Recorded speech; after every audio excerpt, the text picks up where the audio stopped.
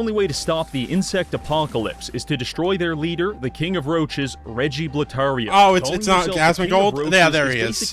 Yo, what's up, honkers? Today I'm going to be watching Reggie take on the Roach King. I sure hope he has some scissors. Anyway, if you're new, you should hit the subscribe button as it really supports me, and I will love you if you do. Alright, enough stalling. Let's get right into the video.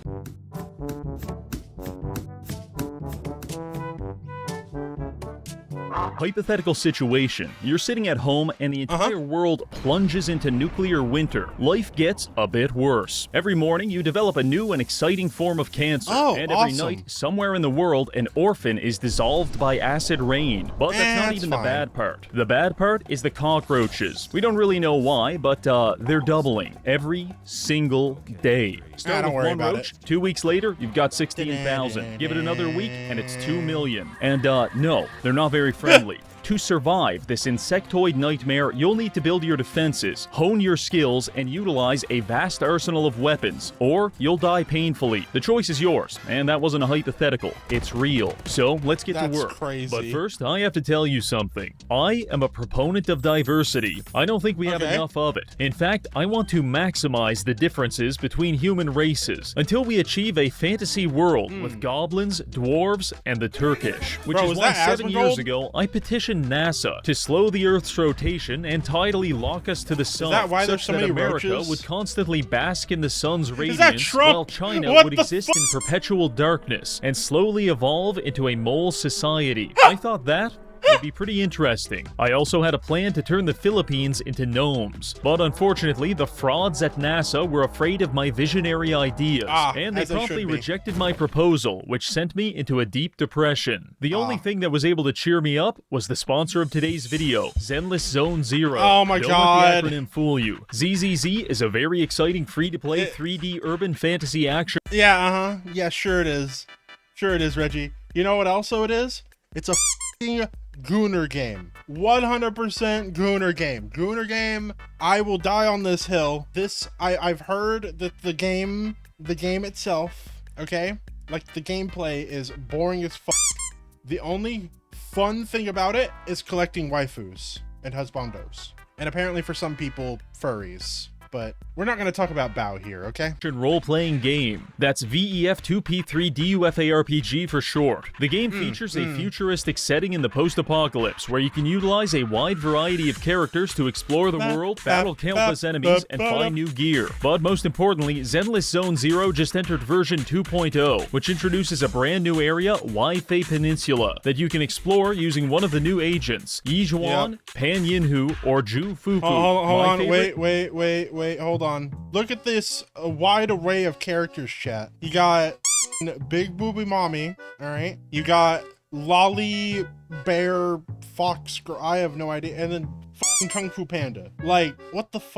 Agents, Yijuan, Pan Yinhu, or Ju Fufu. My favorite is Yixuan, because she's not a wild animal or a child. Additionally, Zenless Zone Zero is celebrating its anniversary this month by offering special events for players to earn rewards, such as a free S-Rank agent, an S-Rank W engine, 30 limited channel pulls, and much more. Personally, I like to keep it simple. I select Yijuan, load into a nondescript locale, and horribly beat its denizens until I forget about the stresses of my modern life. It feels good, and I want that for you too. So give Zenless Zone Zero a try for free. Give it a try. It's available now on PC, mobile, PlayStation, and it just launched on Xbox. So click the link in the description and use code ZZZ20Reggie to get started with 60 polychrome and 6,666 Denny. How exciting. Now, back to the video. The rules of this challenge are very simple. On day 1 at exactly 12 p.m., 2 roaches will spawn and try to kill me. I will defeat them because I am marginally more What the f just happened? 2 roaches will spawn and try to kill me. I will defeat them because I am marginally more intelligent. Every day after that, their numbers will double until presumably the entire map is covered in 10 million rad roaches, at which point God himself won't be able to save us. Also, just for fun, we're playing on 400% game speed, so the days are very short. Now, the only way to stop the insect apocalypse is to destroy their leader, the king of roaches, Reggie. Oh, it's not Gasmagold? Yeah, there he is. Basically a self-diagnosed diagnosis for schizophrenia, but it's not slowing him down any, because Mr. Blataria is a very powerful enemy that commands an army of insects, and he won't even spawn onto the map until we reach level 35. So our goal is to power level to 35 before the roaches overwhelm us. Oh then my confront god. their king and put a stop to this once and for all. I did consider attempting this challenge on survival mode, but I get enough cock and ball torture at home, so I don't need to outsource that to Todd Howard. We'll be playing on very hard. Our journey begins in the bathroom mirror. Here, we meet humanity's last hope for survival. His name, and he will become the greatest exterminator to ever live. Now, in order to kill a roach, we need to think like a roach. Yeah, you gotta have scissors. To 1 and max out my luck. This is going to allow us to access the Idiot Savant perk for power leveling. Everything else doesn't really matter, so just spend your remaining time giving your character acromegaly and call it a night. Once that's done, we skip the opening tutorial and quickly fight our way through the vault. Now, outside in the world at 1 p.m., the clock is ticking. Oh no. At this point, you probably got a few questions for me. How will we power level to 35? Where is the Roach King? I don't know. And most importantly, why is there a dead Pakistani on my couch? I'll answer most of these in time. Just follow along. Oh, rip. For power leveling, we've got a plan. And the first step is to obtain Preston Garvey. Unfortunately, a couple other people had the same idea, so I had to use my superior diplomatic skills to convince them to change their mind. Dale Carnegie would be proud. After that, we joined up with Preston, jumped in a suit of power armor, died painfully to the local wildlife, and then made our way back to Sanctuary by 11 p.m. Now that we've got access to Settlement Building, I can reveal my master plan. Ladies and gentlemen, Shelving. Allow me to explain. Building settlement furniture rewards experience, and the cheapest thing to build is wooden and metal shelving. We are going to deconstruct every item in this entire town and turn it into thousands of shelves. If we do this right, we can probably hit level 15 by tomorrow morning. So, let it begin. Why? Who?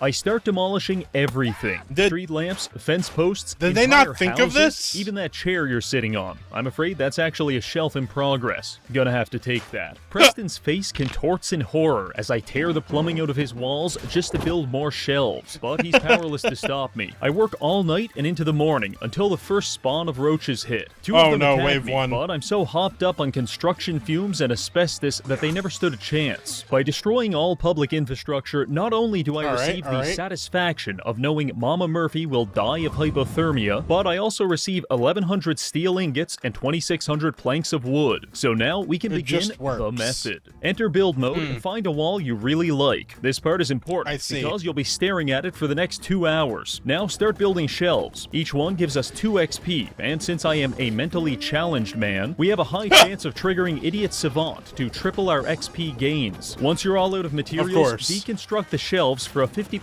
refund and start all over. By the time you're done, the sound of your own neurodivergent laughter should be burned into your brain like a cattle prod. And you should also be level 16, which is nearly halfway to our goal of 35. Not bad. I picked up a few perks to increase our damage reduction and help us gather more ammunition. But with no more wood or metal, it's time for us to move on to phase 2. Research and development. In a matter of weeks, we'll be wading through a sea of roaches, and if we want to come out on the other side not looking like hammered dog shit, we're going to need to build a roach-killing exoskeleton. In terms of physical protection, our current power armor exists somewhere between Iron Man cosplay and trench coat full of semen, which is to say I really don't want to wear it, and it's time to make some changes. First stop is the robotics disposal ground. I head there, making sure to kill as many innocent people as I can in the process. Their 7 experience points are an invaluable contribution to humanity's survival, and the world will not soon forget them. Arriving at the destination, we scavenge a few fusion cores, convince a robot to kill himself, and then come across some T-51 power armor. This is a nice upgrade. After that, I raid the nearby satellite base for supplies. This is where we meet a man named Ak-Ak, who cripples my brain with a minigun. Very cool, Ak-Ak. Thank you. By the time we're done socializing with the locals, we get hit with the next wave of roaches. Only 4 this time, so nothing too serious. Arriving back at the base, we add our T-51 pieces onto the power armor. Now we just need some legs, an arm, and a torso to complete the set. Fortunately, along the west edge of the map, there's half a dozen armor spawns, so I set a waypoint in that direction and get to work. Arriving at a Bible camp, I kill all the counselors to stop them from molesting me. Oh my god, what the hell is wrong with that stomach? This legendary wrist guard that turns me invisible after being hit. Very nice. Oh, and also, I found Professor Good feels. In the grimdark future of Fallout Goodfeels. 4, even the robots are addicted to fentanyl. Proceeding further south, I reach the ration stockpile, where I am warmly received by several Molotov cocktails and an attack dog. After returning the favor, I loot a T-51 leg and a combat shotgun, which I made sure to test out on the next wave of roaches. Tomorrow's spawn will be 16, then 32. So we're running out of time to finish this armor. Moving on, we come across a barn with a T-51 left leg. Now we just need the arm, and I think I know where to find it. The only thing standing in our way is my least favorite enemy in the Fallout franchise, which is Flying Bug. I am a simple man. I see a Stingwing or a Cazador, and I experience suicidal ideation. No exceptions. My first attempt at killing the Stingwing involved me shooting at it, doing no damage, getting poisoned, and then being unable to heal myself because my legendary armor turned our Pip-Boy invisible. Shortly after, I die in the streets, only to realize my most recent save was an hour ago. This was a compelling gameplay experience. After an hour of killing, I worked my way back to the Stingwing. This time, we used a hunting rifle to get it to 20% health, before miraculously missing a headshot at point-blank range and dying on the spot. Now listen, I've been outsmarted by bugs before, but this is getting a little ridiculous. So for the third attempt, I brought out the minigun, and things went a little differently. Each one of those bullets could have been a dead rad roach, and for that, I will never forgive the Stingwing population. Anyway, with that taken care of, I made my way to this military convoy, found the last piece of armor, and fast-traveled back to the base to complete our set. It looks positively beautiful, but it's missing one thing. Something emblematic of the human race that makes us fundamentally better than the bugs. That thing is capitalism. By harnessing the power of branded sponsorships, our extermination exoskeleton now has increased damage and energy resistance. The communist bug maxers don't stand a chance. So we're on day 4 of the Roach apocalypse. We're level 17 with a full set of power armor. This is pretty good, but we're only 1 week away from 1,000 roaches trying to rip us limb from limb. So what's my next move? I ask myself this question, and I answer it intuitively. I need a flamethrower. Now, there's probably a lot of ways to get one of these, but I like doing things the hard way. We're going to travel across the map to a place full of people who hate me, have several flamethrowers, and at least one of them wants to throw us in a giant pot of molten iron. I believe this will be a spiritually enriching experience. I'm sure it'll be fun. So I fast travel to a nearby farm to begin the journey. I arrive at the farm just in time to spawn 16 roaches on the helpless inhabitants. This is what we call a happy accident. After cleaning up the roaches, I get back on the road toward the metalworks. Normal roads might have speed limits or a toll booth to slow you down. Fallout roads slow you down by forcing you to spend 20 minutes beating a scorpion to death with a tire iron. This is an element of the post-apocalypse that I find personally disagreeable. Anyway, after using the scorpion's liquefied remains to fill a pothole, I did some looting, found a sledgehammer, and then made my way to the Finch farm. Here we find Abraham Finch, who is terribly distraught because his son Jake just ran off to join the raiders over at the metalworks. I look into his eyes and smile reassuringly. Don't worry, old man. I'm going there right now to kill everyone.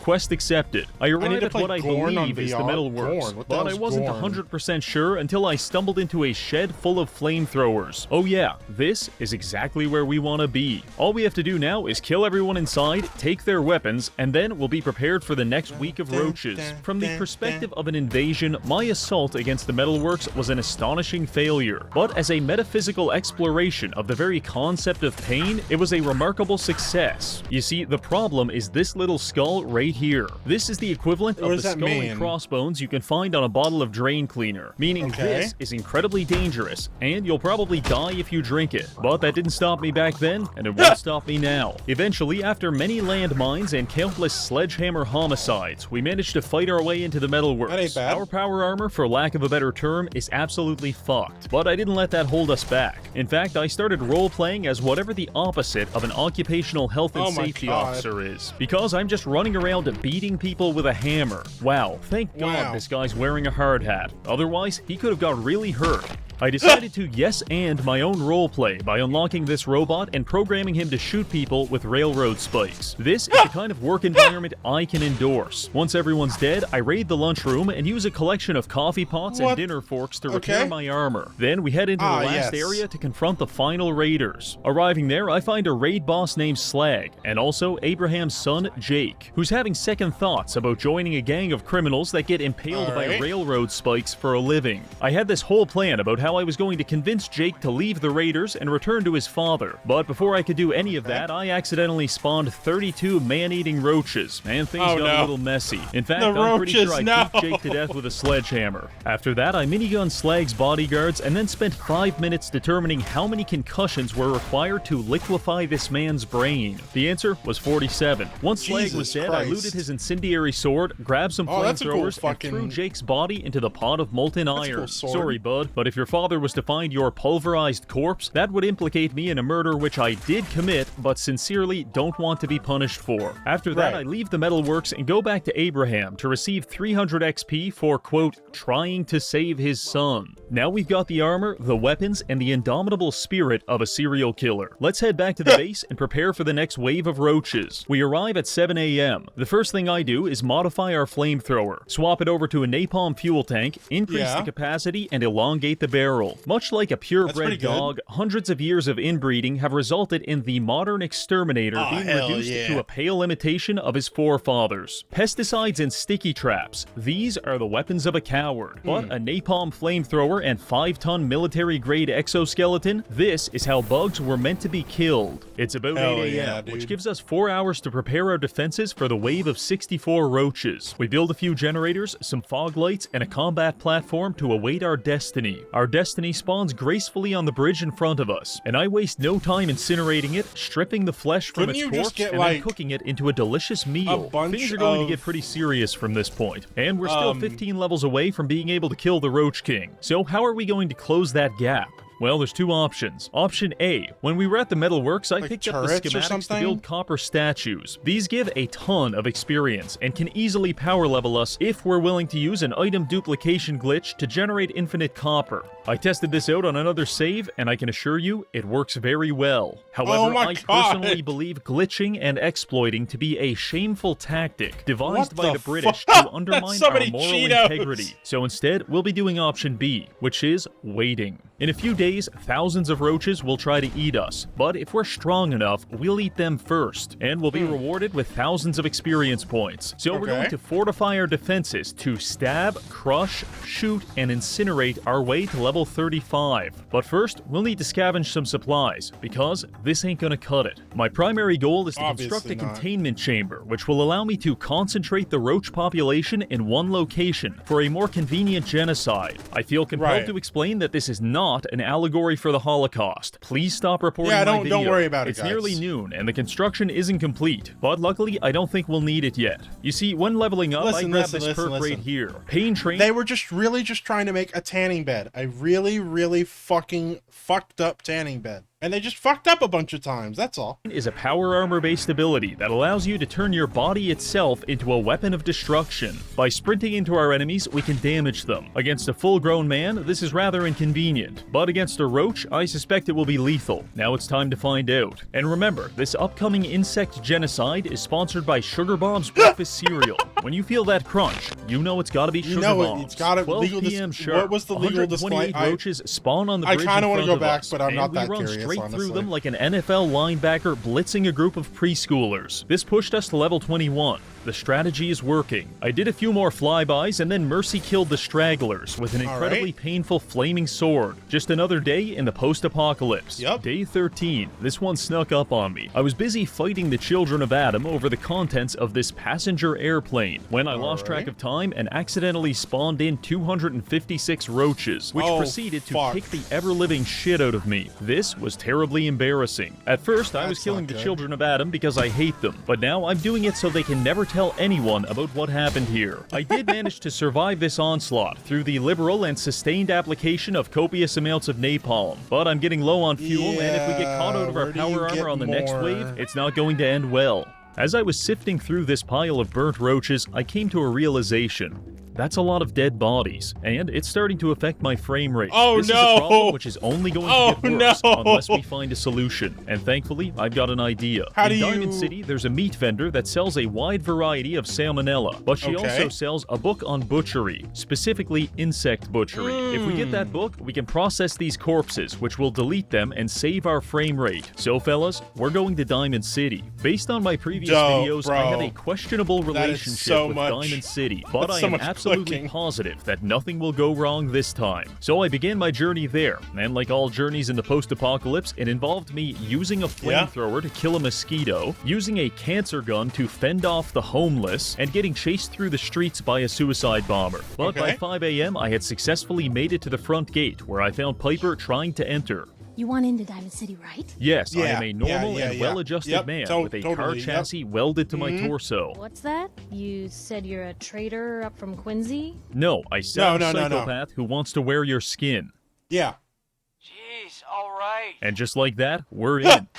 Perfect. First things first, we go to the vendor and pick up the butchery skill book. At this point, I should leave. However, I get a bit distracted. Watch this guy get his head blown off, then I tried to drag away his corpse to cannibalize it. But he got stuck on the wall of this barbershop and I couldn't get him out. So I had to leave him there as their new mascot. Just a little off the top, eh fellas? By the time I was done dicking around, I realized it was already 10:30, which means I'm not going to be able to make it home before the next wave of roaches. So, Diamond City, I'm going to need your help with just one last thing. Oh my god. And just like that, the entire city was swarming with 512 killer roaches. The bugs enveloped the area like a skittering, crunchy blanket, and I did my best to clear them out, but even with all of the citizens helping, it still took the better part of the afternoon. Also, at some point, I think I accidentally shot someone in the face, because the entire town became hostile. You know the worst part? Killing them doesn't even give experience. It's just a waste of bullets. So I forced myself to punch half the city to death to conserve my ammo. Then I spent 20 minutes jumping around killing the last of the roaches before leaving the city under a healthy amount of incoming gunfire. Until next time, Diamond City. See you later, After Diamond our escape, City. we head back to the base, arriving at 8:30, which left me just enough time to finish the construction on my cockroach containment device. I call it the cock cage. And now it's time to test it out. Wave 10 spawns in as a pyramid of roaches. I won't lie, I was scared, but I manned up and ran headfirst into this wall of flesh. My frame rate grinds to a halt as we liquefy hundreds of insects beneath the boots of our power armor. In the mosh pit of mashed up insects, I can't even tell what's alive and what's dead. So I just keep stomping. Heading toward the exit, I was under the impression I'd killed them all. However, I was very wrong, because not long after, hundreds of roaches sprang forth from the biomass. Bro, this is like, what is this, like until 5 I ran out of FPS? minigun ammo. Dear God, we're about to lose containment. I have to pull the emergency shutdown lever. I battle my way through 2 frames per second and flip the switch. This activates 4 emergency flamethrowers in the hallway, which prevent any more roaches from escaping. After that, I finish off the rest of the bugs with my sword as I realize what I've gotten myself into. I hate to say it, but the cock cage is getting a little cramped. The original plan was to fix this by butchering all the corpses, but that made a lot more sense when it didn't take me 20 minutes just to select a single body. The good news is that wave power leveled us to 32. Only 3 more levels to go, and the Roach King will spawn, we'll kill him, and then I can shoot myself in the chest and die happily, knowing I'll never have to do this challenge again. The very bad news is that my computer won't be able to handle doubling the wave again. No. And I don't think you want to watch the rest of this video in 6 frames per second. No, I so don't. I have made a horrifying decision. Instead of spawning in the next wave of 2,000 roaches, we'll spawn in 500 Mega Death Roid roaches. They have 8 times the attack, 8 times the health, triple speed, and they're fucking huge. Oh, also, they possess godlike omniscience, which means they can detect me from an entire cell away, so hiding won't be an option. Now, unfortunately, our main base is ground zero of an FPS nuke.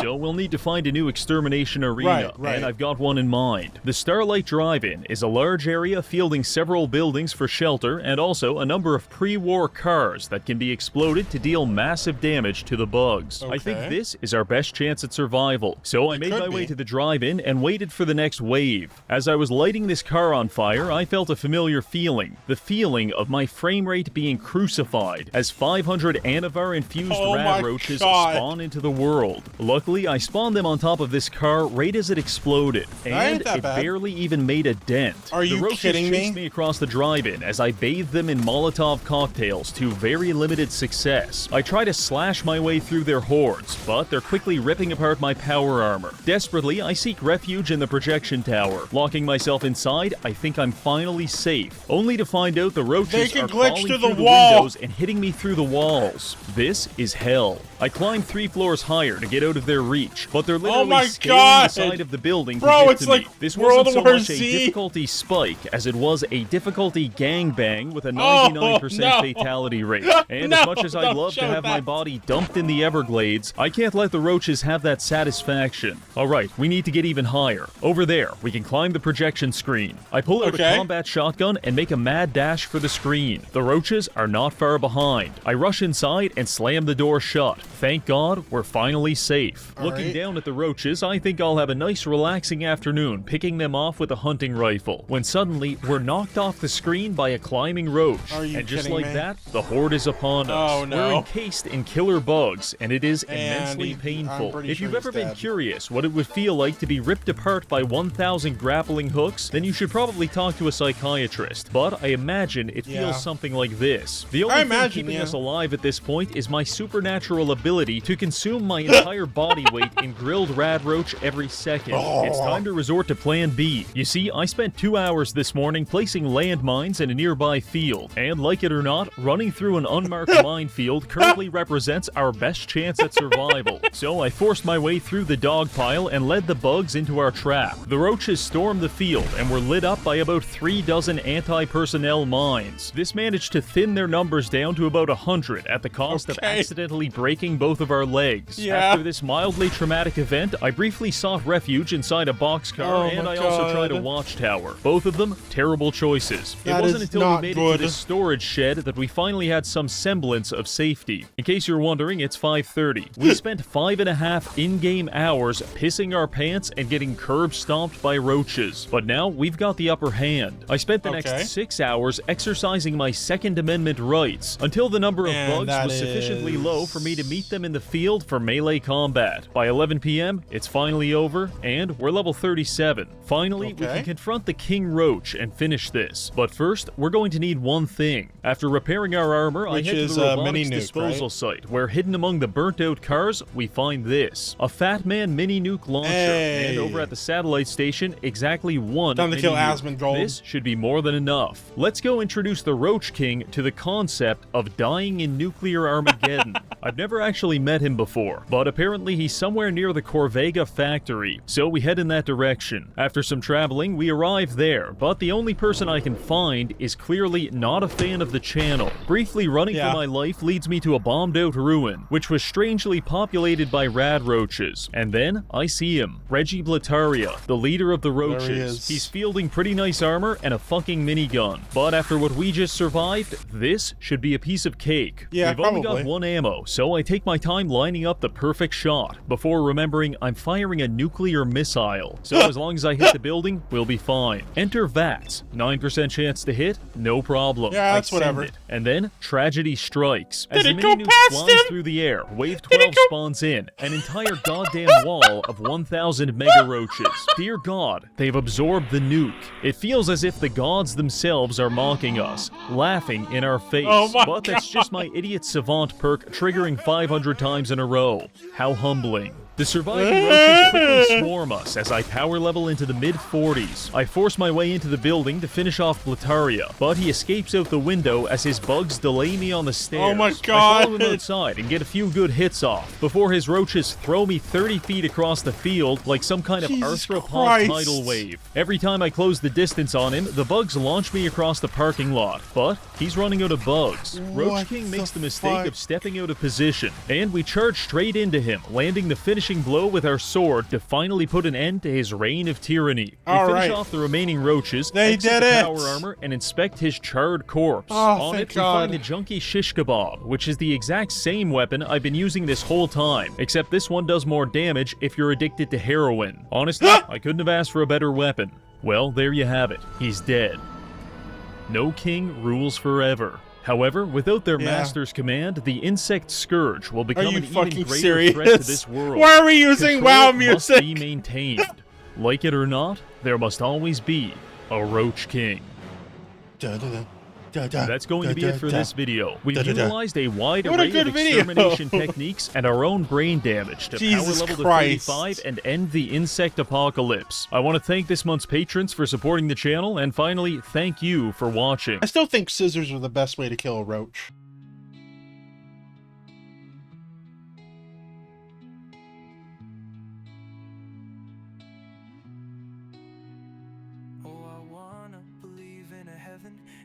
place where we don't have to feel this pain. If there